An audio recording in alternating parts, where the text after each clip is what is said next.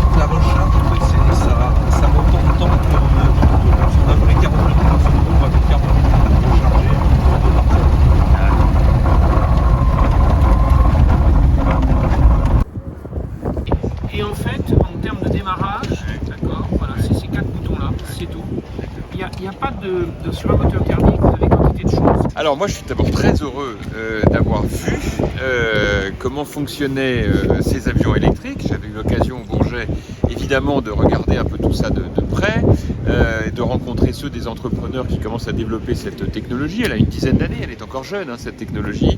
Néanmoins, même si elle ne couvre pas tous les besoins en aéronautique, c'est une technologie qui va permettre de répondre à beaucoup d'attentes, notamment pour tout ce qui concerne l'initiation au pilotage, l'usage pour les aéroclubs. Alors il y a évidemment quelques difficultés sur l'avion électrique, le coût qui est un peu élevé. On termine cette semaine ici à Moresby, dans un lieu particulier de l'histoire de l'aviation, donc un territoire avec lequel on a un attachement particulier pour accompagner ce tour du Vélis Electro. Alors Vélis Electro, c'est très important pour le groupe ADP dans le cadre du développement de l'aviation générale. Donc nous, on est dans un travail au niveau fédéral de promotion de l'aviation électrique pour assurer la transition énergétique, et ce n'est que le début. On travaille également sur l'hydrogène. Et on arrive à des résultats extrêmement intéressants avec l'écosystème. C'est le travail que nous faisons avec le groupe Aéroports de Paris, un travail extrêmement fécond. Un travail extrêmement fécond également avec Total Energy pour l'installation des premières bornes, et il y en aura d'autres. Travail également extrêmement fécond avec Green Aerolease, parce que si je caricature un tout petit peu, nous on fait le travail d'évangélisation sur l'aviation électrique, et puis ceux qui sont convaincus, soit ils achètent l'avion, soit ils le louent auprès de Green Aerolease, et ça nous permet d'avancer. Alors cette avancée a été soulignée par le constructeur de l'avion, c'est-à-dire Pipistrel, et puis surtout par Textron. Nous étions aux États-Unis à Oshkosh, et le patron de Textron Aviation a souligné le travail qui était fait ici en France, puisque c'est la France qui a la plus grosse flotte d'avions électriques. Entre les avions électriques que possède la FFA, nous en possédons en propre 6, qui sont utilisés pour des opérations comme celle-ci ou qui sont loués à des clubs. Il y a les avions de Green Aerolease, une grosse, presque une trentaine, 25-26, plus quelques propriétaires en direct. Vous le savez, nous sommes ici une terre très favorable au développement de l'aéronautique, sous toutes ses formes, et nous avons joint, si je puis dire, le geste à la parole, depuis maintenant un certain temps, pour installer l'ensemble des habitants et des acteurs dans cette idée que nous orientons nos grands choix stratégiques vers ce secteur. Le fait d'avoir créé Roissy-Meaux Aéropole, qui nous relie maintenant de manière de plus en plus quotidienne avec nos amis de Roissy, de la communauté d'agglomération du pays de Roissy, ce qui couvre un champ extrêmement important en population. Le fait d'orienter maintenant nos infrastructures, nos investissements, nos messages autour de ces synergies pour contribuer à permettre à l'aéroport de Roissy un développement toujours meilleur, à la fois évidemment respectueux de développement durable, mais aussi attentif à l'emploi, à la formation, au développement de notre valeur ajoutée. Sur tous ces sujets, il y a besoin d'acteurs territoriaux, on s'est organisé, il y a une parole publique qui est, j'espère, audible, en tout cas structurée, et c'est évidemment dans ce cadre que je vois avec beaucoup de plaisir que l'on expérimente l'avion électrique.